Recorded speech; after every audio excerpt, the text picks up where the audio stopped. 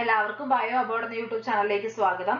ഇന്ന് നമ്മൾ 10ാം ക്ലാസ്സിലെ ബയോളജിയിലെ 8ാമത്തെ ചാപ്റ്റർ ആയ the path traversed by life എന്ന ചാപ്റ്ററിലെ ഇൻഡിക്കേറ്റേഴ്സിനുള്ള ആൻസേഴ്സും അതുപോലെ തന്നെ ലെറ്റസ് അസസ് പാർട്ടിൽ വരുന്ന ചോദ്യങ്ങളും അവയ്ക്കുള്ള ഉത്തരങ്ങളും ആണ് നോക്കാനായിട്ട് പോകുന്നത്. നിങ്ങളെ ഈ ചാപ്റ്ററിന്റെ ക്ലാസ്സുകൾ കണ്ടിട്ടില്ല എങ്കിൽ അതിന്റെ ലിങ്ക് ഡിസ്ക്രിപ്ഷൻ ബോക്സിൽ കൊടുത്തിട്ടുണ്ട്. ക്ലാസ്സുകൾ കണ്ടു നോക്കുക. അതുപോലെ തന്നെ ഈ ചാപ്റ്ററിൽ previous year questions and answers already discuss ചെയ്തതാണ്. അതിന്റെ ലിങ്ക് ഡിസ്ക്രിപ്ഷൻ ബോക്സിൽ കൊടുക്കാം, കണ്ടു നോക്കുക. അപ്പൊ നമുക്ക് ഇന്നത്തെ ക്ലാസ്സിലേക്ക് കടക്കാം. ഫസ്റ്റ് പേജ് നമ്പർ 124ലുള്ള ഇൻഡിക്കേറ്റേഴ്സ് ആണ്. Atmosphere of primitive earth peculiarities. Primitive എർത്തിലെ അറ്റ്മോസ്ഫിയറിന്റെ പ്രത്യേകതകൾ എന്തൊക്കെയാണെന്നാണ് എഴുതേണ്ടത്.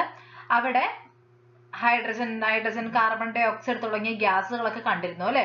അതുപോലെ തന്നെ നമ്മൾ അവിടെ എടുത്തു പറയേണ്ട കാര്യം പ്രിമിറ്റീവ് എർത്തിന്റെ അറ്റ്മോസ്ഫിയറിൽ ഫ്രീ ഓക്സിജൻ ഉണ്ടായിരുന്നില്ല. Source of energy. പ്രിമിറ്റീവ് എർത്തിലെ എനർജി സോഴ്സസ് എന്തൊക്കെയായിരുന്നു? Thunder and lightning, ultraviolet radiations and volcanic eruptions. Formation of ocean. എങ്ങനെയാണ് ഓഷൻ ഫോം ചെയ്തത് എന്നാണ് ചോദിക്കുന്നത്. എങ്ങനെയാണ്? അറ്റ്മോസ്ഫിയറിൽ ഉണ്ടായിരുന്ന വാട്ടർ വേപ്പേഴ്സ് ഒക്കെ വാട്ടർ വേപ്പേഴ്സിന് കണ്ടൻസേഷൻ സംഭവിച്ച് കണ്ടിന്യൂസ് ആയിട്ട് എന്ത് സംഭവിച്ചു? മഴയുണ്ടായി അല്ലെ. അങ്ങനെ ആണ് എന്ത് രൂപപ്പെട്ടത്? ഓഷൻസ് രൂപപ്പെട്ടത്. Chemical reactions that led to the formation of cell. Cell എങ്ങനെയാണ് ഉണ്ടാവുന്നത്? പ്രിമിറ്റീവ് എർത്തില് സിമ്പിൾ ഓർഗാനിക് മോളിക്യൂൾസ് ഉണ്ടായിരുന്നു അല്ലെ. ഈ സിമ്പിൾ ഓർഗാനിക് മോളിക്യൂൾസിൽ നിന്നും കോംപ്ലക്സ് ഓർഗാനിക് മോളിക്യൂൾസ് ഉണ്ടാവുന്നു. അപ്പൊ ഇവയിൽ നിന്ന്, ഈ ഓർഗാനിക് മോളിക്യൂൾസിൽ നിന്ന് പിന്നീട് ന്യൂക്ലിക് ആസിഡും അതുപോലെ തന്നെ ഒരു ലിപ്പിഡ് ലെയറും ഫോം ചെയ്യുന്നു. അങ്ങനെ ഒരു ന്യൂക്ലിക് ആസിഡും അതിനകത്ത് ചുറ്റുമായിട്ട് ഒരു ലിപ്പിഡ് ലെയറും കൂടെ ചേർന്നാണ് ആദ്യത്തെ ഒരു സെല്ല് ഉണ്ടാവുന്നത്. നെക്സ്റ്റ് പേജ് നമ്പർ 125ലെയാണ് atmosphere of primitive earth and chemical components in the glass flask. ഒരു എക്സ്പെരിമെന്റ് കണ്ടക്ട് ചെയ്യുന്നുണ്ട്, യൂറേ ആൻഡ് മില്ലർ എക്സ്പെരിമെന്റ്. അപ്പൊ അവിടെ അവരൊരു ഗ്ലാസ് ഫ്ലാസ്കിനകത്ത് പ്രിമിറ്റീവ് എർത്തിൽ ഉണ്ടായിരുന്ന അതേ കമ്പണൻസ് തന്നെയാണ് എടുത്തത്. Organic molecules formed after the chemical reaction. എന്തുണ്ടായി? അമിനോ ആസിഡുകൾ ഉണ്ടായി അല്ലെ. ആ ഒരു എക്സ്പെരിമെന്റ് കണ്ടക്ട് ചെയ്ത് അവർക്ക് ലാസ്റ്റ് എന്ത് കിട്ടി? അമിനോ ആസിഡുകൾ കിട്ടി. Next primitive cell. എങ്ങനെയാണ് പ്രിമിറ്റീവ് സെൽ ഉണ്ടാവുന്നത്? ഒരുപാട് കെമിക്കൽ റിയാക്ഷൻസിന്റെ ഒക്കെ ഫലമായി ഏകദേശം 3800 മില്യൺ ഇയേഴ്സ് എഗോ എന്ത് ഫോം ചെയ്യുന്നു? പ്രിമിറ്റീവ് സെല്ല് ഫോം ചെയ്യുന്നു. Origin of prokaryotes. പ്രോകാരിയോട്സ് ഏകദേശം 3500 മില്യൺ വർഷങ്ങൾക്ക് മുമ്പാണ് ഉണ്ടാവുന്നത്. പ്രിമിറ്റീവ് സെല്ലുകളിൽ നിന്നാണ് പ്രോകാരിയോട്സ് ഫോം ചെയ്തിരിക്കുന്നത്. Origin of eukaryotes. യൂകാരിയോട്സ് എങ്ങനെയാണ് ഒറിജിനേറ്റ് ചെയ്തത്? പ്രോകാരിയോട്സിൽ നിന്നാണ് അല്ലെ. ഏകദേശം 1500 മില്യൺ ഇയേഴ്സ് എഗോ ആണ് ഈ യൂകാരിയോട്സിന്റെ ഒറിജിൻ എന്ന് പറയുന്നത്. Appearance of multicellular organisms. Multicellular organisms എങ്ങനെ ഉണ്ടാവുന്നത്? യൂകാരിയോട്ടിക് കോളനീസിൽ നിന്നാണ് മൾട്ടിസെല്ലുലാർ ഓർഗാനിസംസ് ഉണ്ടാവുന്നത് അല്ലെ. ഏകദേശം 1000 മില്യൺ വർഷങ്ങൾക്ക് മുമ്പൊക്കെയാണ് ഈ മൾട്ടിസെല്ലുലാർ ഓർഗാനിസംസ് അപ്പിയർ ആവുന്നത്. Then next, which peculiarity of the finches attracted Darwin? Okay, finchesനെ കുറിച്ചിട്ടുള്ള ഇൻഡിക്കേറ്റേഴ്സ് ആണ്. എന്താണ് അട്രാക്ട് ചെയ്തത്? അവരുടെ ബീക്കാണ് അല്ലെ. ബീക്കിൽ ഉണ്ടായിരുന്ന ഡിഫറൻസ് ആണ് അദ്ദേഹത്തെ അട്രാക്ട് ചെയ്തത്. How do these peculiarities help finches in their survival? അതായത് ഈ ബീക്കിലുള്ള ഡിഫറൻസ് അവയെ എങ്ങനെയാണ് അവരുടെ സർവൈവലിന് സഹായിക്കുന്നത് എന്നാണ് ചോദിക്കുന്നത്. ഓരോ ഹാബിറ്ററ്റിലും ജീവിക്കാനായിട്ട് അത് അവരെ സഹായിക്കുന്നുണ്ട് അല്ലെ. അവർ കഴിക്കുന്ന ഭക്ഷണത്തിനനുസരിച്ചിട്ടാണ് അവരുടെ ബീക്കില് വ്യത്യസ്തത കാണുന്നത്. സോ ഡിഫറെന്റ് ഹാബിറ്ററ്റിൽ ജീവിക്കാൻ ഇത് അവരെ പ്രാപ്തരാക്കുന്നു. Circumstances that leads to severe competition among organisms. എപ്പോഴാണ് സിവിയർ കോമ്പറ്റീഷൻ ഉണ്ടാവുന്നത്? അതായത് ഓർഗാനിസങ്ങളുടെ എണ്ണം കൂടുന്നു, എന്നാൽ റിസോഴ്സസിന്റെ അളവ് കുറയുന്നു. അങ്ങനെ ഒരു സാഹചര്യത്തിൽ കോമ്പറ്റീഷൻ കൂടുതലായിരിക്കും അല്ലെ. ഇപ്പോ ഫുഡിന്റെ അവൈലബിലിറ്റി കുറവാണ്, അതുപോലെ തന്നെ ബാക്കിയുള്ള ആവശ്യമുള്ള റിസോഴ്സസിന്റെ അളവൊക്കെ കുറവും ഓർഗാനിസങ്ങളുടെ എണ്ണം കൂടുകയും ചെയ്യുമ്പോഴാണ് കോമ്പറ്റീഷൻ സിവിയർ ആയിട്ട് മാറുന്നത്. Variations and natural selections. നമുക്കറിയാം, നമ്മൾ ജനറ്റിക്സ് പഠിച്ചതാണ് അല്ലെ. അപ്പോൾ വേരിയേഷൻസ് ഉണ്ടാവാനുള്ള സാധ്യതയുണ്ട്. എല്ലാ ഓർഗാനിസങ്ങളിലും ഇത്തരത്തിൽ കഴിഞ്ഞ തലമുറയിൽ നിന്നും വ്യത്യസ്തമായ എന്തെങ്കിലുമൊക്കെ പ്രകടമാകാനുള്ള സാധ്യതകളുണ്ട്. അപ്പൊ ഈ വേരിയേഷൻസ് എന്ന് പറയുന്നത് നല്ലതാവാം ചീത്തയാവാം. ഈ ഫേവറബിൾ ആയിട്ടുള്ള വേരിയേഷൻസ് ഉള്ളവര്, എന്തെങ്കിലുമൊക്കെ പ്രശ്നം വരുന്ന സമയത്ത് ഫേവറബിൾ ആയിട്ടുള്ള വേരിയേഷൻസ് ഉള്ളവര് സർവൈവ് ചെയ്യുന്നു. അൺഫേവറബിൾ ആയിട്ടുള്ള വേരിയേഷൻസ് ഉള്ളവര് എലിമിനേറ്റ് ചെയ്യപ്പെടുന്നു. അപ്പോ ഇങ്ങനെ ഫേവറബിൾ ആയിട്ടുള്ള വേരിയേഷൻ ഉള്ളവരെ മാത്രം നേച്ചർ തന്നെ എന്ത് ചെയ്യാണ്, സെലക്ട് ചെയ്യാണ്. അപ്പൊ അതിനെയാണ് നമ്മൾ എന്ത് പറയുന്നത്, നാച്ചുറൽ സെലക്ഷൻ എന്ന് പറയുന്നത്. Okay, the organisms with favourable variation survive in the struggle for existence. അപ്പൊ അവിടെ ഒരു സ്ട്രഗിൾ ഉണ്ടാവുമ്പോൾ ഫേവറബിൾ ആയിട്ടുള്ള വേരിയേഷൻസ് ഉള്ളവർ മാത്രമാണ് സർവൈവ് ചെയ്യുന്നത്. അപ്പൊ അങ്ങനെയുള്ളവയെ നേച്ചർ തന്നെ സെലക്ട് ചെയ്യാണ് അല്ലെ, അല്ലാത്തവർ നശിച്ചു പോകുന്നു. സോ അതാണ് നാച്ചുറൽ സെലക്ഷൻ എന്ന് പറയുന്നത്. Origin of new species. അപ്പൊ നമ്മളിപ്പോ ഫേവറബിൾ വേരിയേഷൻസിന്റെ കാര്യം പറഞ്ഞു. അപ്പൊ ഫേവറബിൾ വേരിയേഷൻസ് ഉള്ളവർ മാത്രം എക്സിസ്റ്റ് ചെയ്യുകയും ബാക്കിയുള്ളവര് എലിമിനേറ്റ് ചെയ്യപ്പെടുകയും ചെയ്യുന്നു. ഓക്കെ, അപ്പോ ഒരു സ്ട്രഗിൾ ഉണ്ടാവുന്ന സമയത്ത് ഫേവറബിൾ വേരിയേഷൻസ് ഉള്ളവര് നിലനിൽക്കുകയും അല്ലാത്തവര് എലിമിനേറ്റ് ചെയ്യപ്പെടുകയും ചെയ്യുന്നു. ഈ ഫേവറബിൾ വേരിയേഷൻ എന്ന് പറയുന്നത് പിന്നീട് തലമുറകളോളം എന്ത് ചെയ്യുന്നുണ്ട്, ഇൻഹെറിറ്റ് ചെയ്യപ്പെടുന്നുണ്ട്. അപ്പോ അങ്ങനെ ആ ഒരു പ്രത്യേകതയുള്ള ഒരു കൂട്ടം ജീവജാലങ്ങള് ഡെവലപ്പ് ചെയ്ത് വരികയാണ് ചെയ്യുന്നത്. അങ്ങനെ അത് പുതിയൊരു സ്പീഷീസ് ആയിട്ട് മാറുന്നു. അതായത് ആൻസിസ്റ്ററിൽ നിന്ന് വ്യത്യസ്തമായിട്ടുള്ള എന്തോ ഒരു വ്യത്യസ്തത ഉള്ളത് കൊണ്ടാണ് അവർ സർവൈവ് ചെയ്തതും ബാക്കിയുള്ളവരൊക്കെ നശിച്ചു പോയതും. ആ ഒരു വ്യത്യസ്തത നെക്സ്റ്റ് ജനറേഷനിലേക്ക് പാസ് ചെയ്ത് പോകുന്നു. അവര് പിന്നീട് അങ്ങനെ നെക്സ്റ്റ് ജനറേഷനിലേക്ക് പാസ് ചെയ്ത് ആ ഒരു പെർട്ടിക്കുലർ വേരിയേഷൻ ഉള്ള ഒരു കൂട്ടം ജീവജാലങ്ങൾ ഉണ്ടാവുകയും ഒരു പുതിയ സ്പീഷീസ് ആയിട്ട് അവർ മാറുകയും ചെയ്യുന്നു. Next, which organism is the farthest from the humans from the evolutionary point of view? Why? ഇത് ബീറ്റ ഗ്ലോബിൻ ചെയിനിലെ, അതായത് ഹീമോഗ്ലോബിനിലെ ബീറ്റ ചെയിനിലെ അമിനോ ആസിഡ് സീക്വൻസ് നോക്കിയിട്ടുള്ള ഡിഫറൻസ് പറഞ്ഞ് ഒരു പട്ടിക കൊടുത്തിട്ടുണ്ട്. അതിന് താഴെ വരുന്ന ഇൻഡിക്കേറ്റേഴ്സ് ആണ്. അപ്പോ ഇവിടെ ഏറ്റവും ഡിസ്റ്റന്റ് ആയിട്ട് നമുക്ക് ആ ഒരു പട്ടികയിൽ നിന്ന് മനസ്സിലാക്കാൻ പറ്റുന്നത് ഏത് ഓർഗാനിസം ആണ്? റാറ്റ് ആണ് അല്ലെ. കാരണം ഈ റാറ്റും മനുഷ്യനും എടുത്തു നോക്കുകയാണെങ്കിൽ അവരിലെ ഹീമോഗ്ലോബിനിലെ ബീറ്റ ചെയിനിലെ അമിനോ ആസിഡുകളിൽ 31 അമിനോ ആസിഡുകൾ വ്യത്യാസം വരുന്നുണ്ട്. സോ അതുകൊണ്ട് തന്നെ അവിടെ തന്നിട്ടുള്ള 3 ഓർഗാനിസങ്ങളിൽ റാറ്റ് ആണ് മനുഷ്യരിൽ നിന്നും ഡിസ്റ്റന്റ് ആയിട്ടുള്ളത് എന്ന് നമുക്ക് പറയാൻ പറ്റും. Which organism is the closest to man from the evolutionary point of view? What is the reason for this? Chimpanzee ആണ് അല്ലെ. കാരണം ചിമ്പാൻസിയിലെയും മനുഷ്യന്റെയും ഹീമോഗ്ലോബിനിലെ ബീറ്റ ചെയിൻ എടുത്ത് നോക്കിക്കഴിഞ്ഞാൽ അവിടെ അമിനോ ആസിഡ് സീക്വൻസിൽ വ്യത്യാസം ഒന്നും ഉണ്ടാവില്ല, സെയിം ആയിരിക്കും. നമ്മളിലുള്ള അതേ അമിനോ ആസിഡ് സീക്വൻസ് ആണ് അവരിലും കാണപ്പെടുന്നത്. സോ മനുഷ്യനും ചിമ്പാൻസിയും എവല്യൂഷണറി പോയിന്റ് ഓഫ് വ്യൂല് വളരെ ക്ലോസ് ആണ്. Which organism is the closest to humans in specific characters? അപ്പോൾ ഇവിടെ ആ ഒരു എവല്യൂഷണറി ട്രീ കാണിക്കുന്നുണ്ടല്ലോ, ആ എവല്യൂഷണറി ട്രീയുമായി ബന്ധപ്പെട്ട് വരുന്ന ഇൻഡിക്കേറ്റേഴ്സ് ആണ്. അപ്പോൾ ഇവിടെ മനുഷ്യരുമായിട്ട് ചേർന്ന് നിൽക്കുന്ന ഓർഗാനിസത്തെയാണ് ചോദിക്കുന്നത്. It's chimpanzee. അപ്പൊ നിങ്ങൾ ഇവിടെയൊക്കെ മനസ്സിലാക്കേണ്ട കാര്യം, ചിമ്പാൻസിയിൽ നിന്നല്ല മനുഷ്യൻ ഉണ്ടായിരിക്കുന്നത്. ഓക്കെ, ഈ ചിമ്പാൻസിക്കും മനുഷ്യനും കോമൺ ആയിട്ടുള്ള ഒരു ആൻസിസ്റ്റർ ഉണ്ട് എന്നുള്ളതാണ് വസ്തുത. അല്ലാതെ ചിമ്പാൻസിയിൽ നിന്നും മനുഷ്യൻ പരിണമിച്ച് വന്നതല്ല. അതുപോലെ തന്നെ മങ്കീസിൽ നിന്നും മനുഷ്യൻ പരിണമിച്ച് വന്നിട്ടില്ല. മങ്കീസ് എന്ന് പറയുന്നത് എൻ്റയർലി ഡിഫറെന്റ് ആയിട്ടുള്ള ഒരു കാറ്റഗറിയാണ്. ഹൗ ആന്ത്രോപോയിഡിയെ, സെർക്കോപിത്തിക്കോയിഡിയെ ആൻഡ് ഹൊമിനോയിഡിയെ are related to each other? ഈ 3 കാറ്റഗറി എങ്ങനെയാണ് റിലേറ്റഡ് ആവുന്നത് എന്നാണ് ചോദിക്കുന്നത്. ഈ ആന്ത്രോപോയിഡിയയുടെ 2 കാറ്റഗറിയാണ് അല്ലെ. ആന്ത്രോപോയിഡിയയിൽ വരുന്ന 2 കാറ്റഗറീസ് ആണ് സെർക്കോപിത്തിക്കോയിഡിയെ എന്ന് പറയുന്നതും ഹൊമിനോയിഡിയെ എന്ന് പറയുന്നതും. ഇത് രണ്ടും ആന്ത്രോപോയിഡിയന്റെ ബ്രാഞ്ചസ് ആണ്. What are the characteristics of the organisms which belong to the group Hominoideae? ഹൊമിനോയിഡിയയുടെ പ്രത്യേകത എന്താണ്? അവർക്ക് കുറച്ചുകൂടി ഡെവലപ്ഡ് ബ്രെയിൻ ഉണ്ടാവും, അതുപോലെ തന്നെ ഫ്രീലി മൂവബിൾ ഹാൻഡ്സ് ഉണ്ടാവും. ഓക്കെ, ആസ് കമ്പയർ ടു സെർക്കോപിത്തിക്കോയിഡിയെ, ഹൊമിനോയിഡിയയിൽ കാണപ്പെടുന്ന ഓർഗാനിസങ്ങളുടെ ബ്രെയിൻ എന്ന് പറയുന്നത് കുറച്ചുകൂടി ഡെവലപ്ഡ് ആണ്, ഫ്രീലി മൂവബിൾ ഹാൻഡ്സ് അവരിൽ കാണുന്നുണ്ട്. Man evolved from monkeys. How would you respond to this statement? ഈ സ്റ്റേറ്റ്മെന്റ് ഇൻകറക്റ്റ് ആണ് അല്ലെ. നിങ്ങൾ do you agree with statement എന്നാണ് ചോദിക്കുന്നതെങ്കിൽ no I am not agreeing with this statement എന്ന് പറയണം. ദെൻ അത് കഴിഞ്ഞ് വേണം ആൻസർ എഴുതാൻ വേണ്ടിയിട്ട്. അപ്പൊ എന്തുകൊണ്ടാണെന്ന് ചോദിച്ചു കഴിഞ്ഞാൽ ഇവർ രണ്ടും രണ്ട് കാറ്റഗറിയിൽ പെടുന്നവരാണ് അല്ലെ. മങ്കീസ് എന്ന് പറയുന്നത് സെർക്കോപിത്തിക്കോയിഡിയ എന്ന് പറയുന്ന ഒരു കാറ്റഗറിയിലും ഹൊമിനോയിഡിയ എന്ന കാറ്റഗറിയിൽ മനുഷ്യൻ എന്ന് പറയുന്നത് ഹൊമിനോയിഡിയ എന്ന് പറയുന്ന ഒരു കാറ്റഗറിയിലും വരുന്നവരാണ്. അപ്പൊ ഈ മനുഷ്യനും മങ്കീസിനും ഏതോ ഒരു സമയത്ത് ഒരു കോമൺ ആൻസിസ്റ്റർ ഉണ്ടായിട്ടുണ്ട്. അതായത് കുറെ ഡിസ്റ്റന്റ് ആയിട്ടുള്ള ഒരു കോമൺ ആൻസിസ്റ്ററെ ഇവർ രണ്ടുപേരും ഷെയർ ചെയ്യുന്നുണ്ട്. പക്ഷെ ഇവരിൽ അടുത്തടുത്ത റിലേഷൻ ഇല്ല. അതുപോലെ തന്നെ മങ്കീസിൽ നിന്നല്ല മനുഷ്യൻ ഉണ്ടായി വന്നിട്ടുള്ളതും.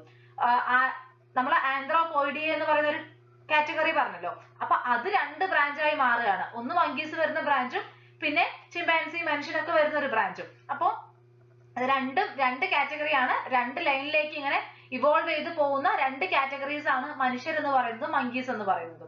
ഓക്കെ, അപ്പൊ എവിടെയോ ഒരിവിടെ ഇവർ രണ്ടുപേരും കോമൺ ആൻസിസ്റ്ററെ ഷെയർ ചെയ്തിട്ടുണ്ട്. ബട്ട് മങ്കീസിൽ നിന്നല്ല മനുഷ്യർ ഇവോൾവ് ചെയ്ത് വന്നിട്ടുള്ളത്. നെക്സ്റ്റ്, ഇത് ഇൻഡിക്കേറ്റേഴ്സിൽ വരുന്ന ചോദ്യമല്ല, പക്ഷെ ഹ്യൂമൻ എവല്യൂഷൻ പഠിച്ചു കഴിയുമ്പോൾ അതിന് താഴെയായി ചോദിക്കുന്ന ഒരു ചോദ്യമാണ്.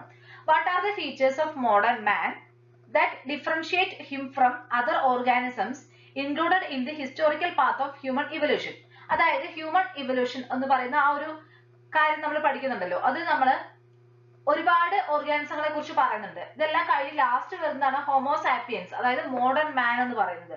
അപ്പൊ ഈ മോഡേൺ മാനിന് മറ്റുള്ളവരിൽ നിന്നും വ്യത്യസ്തമായിട്ട് എന്താണുള്ളത് എന്നാണ് ചോദിക്കുന്നത്. എന്തൊക്കെ ക്യാരക്ടേഴ്സ് ആണുള്ളത് എന്നാണ് ചോദിക്കുന്നത്. ഒന്ന്, നമ്മൾ മോസ്റ്റ് ഇമ്പോർട്ടന്റ് ആയിട്ട് പറയേണ്ട ഒരു കാര്യം എന്ന് പറയുന്നത് വെൽ ഡെവലപ്ഡ് ബ്രെയിൻ ആണ്. ഹൈലി ഡെവലപ്ഡ് ബ്രെയിൻ ആണ് മോഡേൺ മാനിന് അല്ലെങ്കിൽ ഹോമോസാപ്പിയൻസിന് കാണപ്പെടുന്നത്. അതുപോലെ തന്നെ ബൈപീഡൽ ലോക്കോമോഷൻ എന്ന് പറയുമ്പോൾ രണ്ട് കാലിൽ നടക്കുന്നുണ്ടല്ലേ നമ്മൾ, അങ്ങനത്തെ ഒരു ലോക്കോമോഷൻ ആണ് നമ്മൾ കാണിക്കുന്നത്. അതുപോലെ തന്നെ കൾച്ചറൽ എവല്യൂഷന് നമ്മൾ സബ്ജക്റ്റഡ് ആവുന്നുണ്ട്. ഇപ്പൊ ഹോമോസാപ്പിയൻസിൽ തന്നെ ആദ്യകാലത്ത് ജീവിച്ചിരുന്ന ഹോമോസാപ്പിയൻസ് ജീവിക്കുന്ന രീതിയിലല്ല നമ്മൾ ജീവിക്കുന്നത് അല്ലെ. നമുക്ക് കൾച്ചറലി ഒരുപാട് മാറ്റങ്ങൾ സംഭവിച്ചിട്ടുണ്ട്. പിന്നെ as compare to our ancestors നമ്മളുടെ ബോഡി ഹെയറിന്റെ അളവ് കുറവാണ്. നമുക്കിനി ലെറ്റസ് അസസ് പാർട്ടിൽ വരുന്ന ചോദ്യങ്ങളും അവയ്ക്കുള്ള ഉത്തരങ്ങളും നോക്കാം. Which concept is put forward by the theory of natural selection? Origin of life, origin of species, origin of eukaryotes, chemical evolution of life. Natural selection അത് ആര് പ്രപ്പോസ് ചെയ്തതാണ്? ആരുടെ തിയറിയാണ്? ഡാർവിന്റെ തിയറിയാണ് അല്ലെ. ഡാർവിൻ അവിടെ എന്താണ് പറഞ്ഞത്? ഡാർവിൻ പറഞ്ഞത് ഒറിജിൻ ഓഫ് സ്പീഷീസ് ആണ്. സോ ആൻസർ വരുന്നത് ഒറിജിൻ ഓഫ് സ്പീഷീസ്, ബി ആണ് ആൻസർ വരിക കേട്ടോ. ഫസ്റ്റ് ക്വസ്റ്റ്യനിലെ ആൻസർ ഏതാണ്? B, origin of species. List the main concepts that indicate how the biodiversity seen today has developed from prokaryotes. Prokaryotes എങ്ങനെയാണ് ഇന്ന് കാണുന്ന diverse organisms develop ചെയ്ത് വന്ന് എന്നാണ് എഴുതേണ്ടത്. പ്രൊക്കാരിയോട്സ് ഉണ്ടാവുന്നത് പ്രിമിറ്റീവ് സെല്ലിൽ നിന്നാണ് അല്ലെ. അപ്പൊ ആദ്യം പ്രൊക്കാരിയോട്സ് വരുന്നു, ദെൻ അത് കഴിഞ്ഞ് യൂകാരിയോട്സ് ഉണ്ടാവുന്നു. യൂകാരിയോട്സിൽ നിന്നും യൂകാരിയോട്ടിക് കോളനീസ് ഉണ്ടാവുന്നു. ഇതിൽ നിന്നും പിന്നീട് മൾട്ടി സെല്ലുലാർ ഓർഗാനിസംസ് ഉണ്ടാവുന്നു. ഇന്ന് കാണുന്ന തരത്തിലുള്ള വ്യത്യസ്ത ഓർഗാനിസംസ് ഉണ്ടാവുന്നു. ജസ്റ്റ് ഒരു ഫ്ലോ ചാർട്ട് പോലെയാണ് ഇവിടെ എഴുതിയിരിക്കുന്നത് കേട്ടോ. How does the interference of human beings with nature influence the process of evolution? How does this affect the existence of other organisms? എങ്ങനെയാണ് മനുഷ്യന്റെ ഇടപെടൽ എവല്യൂഷനെ ബാധിക്കുന്നത്, അതുപോലെ തന്നെ മറ്റുള്ള ഓർഗാനിസങ്ങളെ അത് എങ്ങനെ ബാധിക്കുന്നു എന്നാണ് ചോദിക്കുന്നത്. അപ്പൊ മനുഷ്യന്റെ ഇടപെടൽ മൂലം പല പ്രശ്നങ്ങളും ഉണ്ടാവുന്നുണ്ട് അല്ലെ. ഇവല്യൂഷൻ എന്ന് പറയുന്ന ആ ഒരു പ്രോസസ്സിനെ ശരിക്കും ഇന്റർഫിയർ ചെയ്യാണ് മനുഷ്യന്റെ ഇടപെടൽ മൂലം സംഭവിക്കുന്നത്. ആ ഒരു പ്രോസസ്സിനെ നോർമൽ ആയിട്ട് നടക്കുന്ന രീതിയിൽ നടക്കാൻ പറ്റാത്ത ഒരു കണ്ടീഷനാണ് ഉണ്ടാവുന്നത്. കാരണം ഒരുപാട് ഓർഗാനിസംസ് എന്തായി പോകുന്നുണ്ട്, എക്സ്റ്റിന്റ് ആയി പോകുന്നുണ്ട് ഡ്യൂ ടു ഹ്യൂമൻ ഇന്റർഫിയറൻസസ്. സോ അതുകൊണ്ട് തന്നെ ബയോഡൈവേഴ്സിറ്റി ഡിപ്ലീഷൻ ഉണ്ടാവുന്നു, ഓർഗാനിസങ്ങളുടെ എണ്ണം കുറയുന്നു, പല ഓർഗാനിസങ്ങളും എക്സ്റ്റിന്റ് ആയി പോകുന്നു. ഇതൊക്കെ മറ്റുള്ള ഓർഗാനിസങ്ങളെ ബാധിക്കില്ലേ? സ്വാഭാവികമായും ഈ ഓർഗാനിസങ്ങളെ, അതായത് എക്സ്റ്റിന്റ് ആയി പോയിട്ടുള്ളതോ അല്ലെങ്കിൽ എണ്ണം കുറഞ്ഞിട്ടുള്ളതോ ഒക്കെ ആയിട്ടുള്ള ഓർഗാനിസങ്ങളെ ഡയറക്ട്ലി ഓർ ഇൻഡയറക്ട്ലി ഡിപ്പെൻഡ് ചെയ്യുന്ന മറ്റുള്ള ഓർഗാനിസങ്ങളെ കൂടെ ഇത് ബാധിക്കുന്നുണ്ട്. അതുകൊണ്ട് തന്നെ എവല്യൂഷൻ എന്ന് പറയുന്ന ആ ഒരു പ്രോസസ്സിനെ നെഗറ്റീവ് ആയിട്ടാണ് ഈ മനുഷ്യന്റെ ഇടപെടൽ അഫക്ട് ചെയ്യുന്നത്. Then what are the evidences that substantiate the theories of evolution, identify and explain them. എന്തൊക്കെയാണ് എവിഡൻസുകൾ? ഒന്ന് ഫോസിലിൽ നിന്ന് ലഭിക്കുന്ന എവിഡൻസ്, ദെൻ മോർഫോളജിക്കൽ സ്റ്റഡീസ് അല്ലെങ്കിൽ മോർഫോളജിക്കൽ സ്ട്രക്ചേഴ്സിൽ നിന്ന് നമുക്ക് ലഭിക്കുന്ന എവിഡൻസുകൾ, then biochemical and physiological evidences, then molecular ബയോളജിയിൽ നിന്നും ലഭിക്കുന്ന എവിഡൻസുകൾ. മോളിക്കുലർ ലെവലിൽ നമ്മൾ തിങ്ക് ചെയ്യുന്ന സമയത്ത് അല്ലെങ്കിൽ സ്റ്റഡി ചെയ്യുന്ന സമയത്ത് ലഭിക്കുന്ന എവിഡൻസുകൾ നമുക്ക് ഓരോന്നായിട്ട് നോക്കാം. Evidences from fossils. ഫോസിലുകൾ സ്റ്റഡി ചെയ്യുന്ന സമയത്ത്, ഫോസിലുകൾ എന്ന് പറഞ്ഞു കഴിഞ്ഞാൽ പണ്ട് കാലങ്ങളിലൊക്കെ ജീവിച്ചിരുന്ന ജീവജാലങ്ങളുടെയൊക്കെ അവശേഷിപ്പുകളാണ്. ഒന്നില്ലെങ്കിൽ ആ ഹോൾ ഓർഗാനിസം ആവാം, അല്ലെങ്കിൽ ഏതെങ്കിലും ഭാഗങ്ങളാവാം, അല്ലെങ്കിൽ അവയുടെ സ്ട്രക്ചർ ഒക്കെ ആവാം. അപ്പൊ നമുക്ക് ഇതൊക്കെ കിട്ടുന്ന സമയത്ത് ഈ സ്റ്റഡീസ് ഒക്കെ നടത്തുമ്പോൾ എന്ത് മനസ്സിലായി? ഈ ഫോസിൽസ് എത്രത്തോളം പഴക്കം ചെല്ലുന്നതാണോ അത്രത്തോളം സിമ്പിൾ ആണ്. അതായത് ആദ്യം ഉണ്ടായിട്ടുള്ള ഫോസിലുകൾക്കൊക്കെ സിമ്പിൾ ആയിട്ടുള്ള സ്ട്രക്ചറും പിന്നീട് വരുന്ന റീസെന്റ് ഫോംഡ് ഫോസിൽസിനൊക്കെ കോംപ്ലക്സ് സ്ട്രക്ചറും ആണ് ഉള്ളത്. അപ്പോൾ ഓർഗാനിസങ്ങൾ സിമ്പിളിൽ നിന്നും കോംപ്ലക്സിലേക്ക് വന്നതാണ് എന്നുള്ളത് അതിൽ നിന്ന് നമുക്ക് മനസ്സിലാവാൻ പറ്റുന്നു. അതുപോലെ തന്നെ പല കണക്റ്റിംഗ് ലിങ്ക്സും നമുക്ക് ഫോസിൽസ് വഴി ലഭിച്ചിട്ടുണ്ട്. ഫോർ എക്സാമ്പിൾ പറയുകയാണെങ്കിൽ ആർക്കിയോപ്റ്റെറിക്സ് എന്ന് പറയുന്ന ഒരു ഓർഗാനിസം, അത് ശരിക്കും ബേർഡ് പോലെ അതിന് വിങ്സ് ഒക്കെ കാണുന്നുണ്ട്, എന്നാൽ അതിന് റെപ്റ്റൈൽസിന്റെ പല ക്യാരക്ടേഴ്സും ഉണ്ട്. അപ്പൊ റെപ്റ്റൈൽസിന്റെയും ബേർഡ്സിന്റെയും പല ക്യാരക്ടേഴ്സും കാണിക്കുന്ന ഒരു ഓർഗാനിസം ആണ് ഈ ആർക്കിയോപ്റ്റെറിക്സ് എന്ന് പറയുന്നത്. അപ്പൊ അതുകൊണ്ട് തന്നെ ഇത് ഈ ബേർഡ്സിന്റെയും റെപ്റ്റൈൽസിന്റെയും ഇടയ്ക്കുള്ള ഒരു കണക്റ്റിംഗ് ലിങ്ക് ആണ് എന്നുള്ള രീതിയിലൊക്കെയാണ് സ്റ്റഡീസ് നടന്നത്. അപ്പോൾ അങ്ങനെ പല കണക്റ്റിംഗ് ലിങ്ക്സും നമുക്ക് ഈ ഫോസിൽസ് ലഭിക്കുന്നത് വഴി കിട്ടുന്നുണ്ട്. Then evidences from morphological studies. Morphological evidence നോക്കുകയാണെങ്കിൽ നമുക്ക് ഹോമോലോഗസ് ഓർഗൻസിന്റെ കാര്യം പറയാം. ഹോമോലോഗസ് ഓർഗൻസിന്റെ കാര്യം പറയുമ്പോൾ അവ എന്തിനാണ് സൂചിപ്പിക്കുന്നത്? ഒരു കോമൺ ആൻസിസ്റ്ററെയാണ് സൂചിപ്പിക്കുന്നത്. ലിസാർഡ്, വെയിൽ, ബാറ്റ് ഇവ മൂന്നിന്റെയും ഫോർ ലിംസ് എടുത്ത് നോക്കുകയാണെങ്കിൽ ലിസാർഡിൽ അത് നടക്കാനായിട്ടും അതുപോലെ തന്നെ ബാറ്റുകളിൽ അത് പറക്കാനായിട്ടും വെയിൽസിൽ അത് നീന്താനായിട്ടുമാണ് സഹായിക്കുന്നത്. അപ്പൊ മൂന്നിന്റെയും എക്സ്റ്റേണൽ അപ്പിയറൻസ് വ്യത്യസ്തമാവുന്നു, അതിന്റെ ഫംഗ്ഷൻ ഡിഫറെന്റ് ആണ്. എന്നാൽ മൂന്നിന്റെയും ബേസിക് സ്ട്രക്ചർ എന്ന് പറയുന്നത് സിമിലർ ആണ്. ഇവ മൂന്നിന്റെയും ഫോർ ലിംസ് ഉണ്ടാക്കിയിരിക്കുന്നത് blood vessels, nerves, muscles, bones എന്നിവയൊക്കെ കൊണ്ടാണ്. അപ്പൊ ഇതിന്റെ ബേസിക് സ്ട്രക്ചർ സിമിലർ ആണ്. എന്നാൽ അവ ജീവിക്കുന്ന ചുറ്റുപാടിനനുസരിച്ച് അവയിൽ അഡാപ്റ്റേഷൻ വന്നിരിക്കുകയാണ്, ചില മാറ്റങ്ങൾ സംഭവിച്ചിരിക്കുകയാണ്, ആ ഒരു പെർട്ടിക്കുലർ ഹാബിറ്ററ്റിൽ ജീവിക്കാനായിട്ടുള്ള മാറ്റങ്ങൾ. ഓക്കെ, അപ്പോ ഇത്തരത്തിൽ ഹോമോലോഗസ് ഓർഗൻസിന്റെ പ്രസൻസ് എന്തിനെ സൂചിപ്പിക്കുന്നു? കോമൺ ആൻസസ്റ്ററെ സൂചിപ്പിക്കുന്നു. Evidences from biochemistry and physiology. Biochemical സ്റ്റഡീസും ഫിസിയോളജിക്കൽ സ്റ്റഡീസും നടത്തുന്ന സമയത്ത് നമുക്ക് എല്ലാ ഓർഗാനിസങ്ങളിനകത്തും പല കാര്യങ്ങളും സിമിലർ ആണെന്നുള്ളത് മനസ്സിലാക്കാൻ സാധിക്കും. അതായത് എല്ലാ ഓർഗാനിസങ്ങൾക്കകത്തും കെമിക്കൽ റിയാക്ഷൻസിനെ കൺട്രോൾ ചെയ്യുന്നത് എൻസൈമുകളാണ്. ദെൻ എനർജി എന്ന് പറയുന്നത് മെയിൻ ആയിട്ടും എല്ലാവരിലും ATPയുടെ രൂപത്തിലാണ് സ്റ്റോർ ചെയ്യപ്പെടുന്നത്. പിന്നെ ജീൻസ് ആണ് ഹെറിഡിറ്ററി ക്യാരക്ടേഴ്സിനെ ഡിറ്റർമൈൻ ചെയ്യുന്നത്, അല്ലെ? എല്ലാ ഓർഗാനിസങ്ങളിലും ജീൻസ് ആണ്. നമ്മള് ജെനറ്റിക്സിന്റെ ബേസിക്സ് പഠിക്കുന്നത് പീ പ്ലാന്റ്സിൽ നടത്തിയ എക്സ്പെരിമെന്റുകൾ വെച്ചാണ്. അത് തന്നെയാണ് ബാക്കിയുള്ള ഓർഗാനിസങ്ങളിലും സംഭവിക്കുന്നത്, അല്ലെ? അപ്പൊ ജീൻസ് എന്ന് പറയുന്നതാണ് ഹെറിഡിറ്ററി ക്യാരക്ടേഴ്സിനെ ഡിറ്റർമൈൻ ചെയ്യുന്നത്.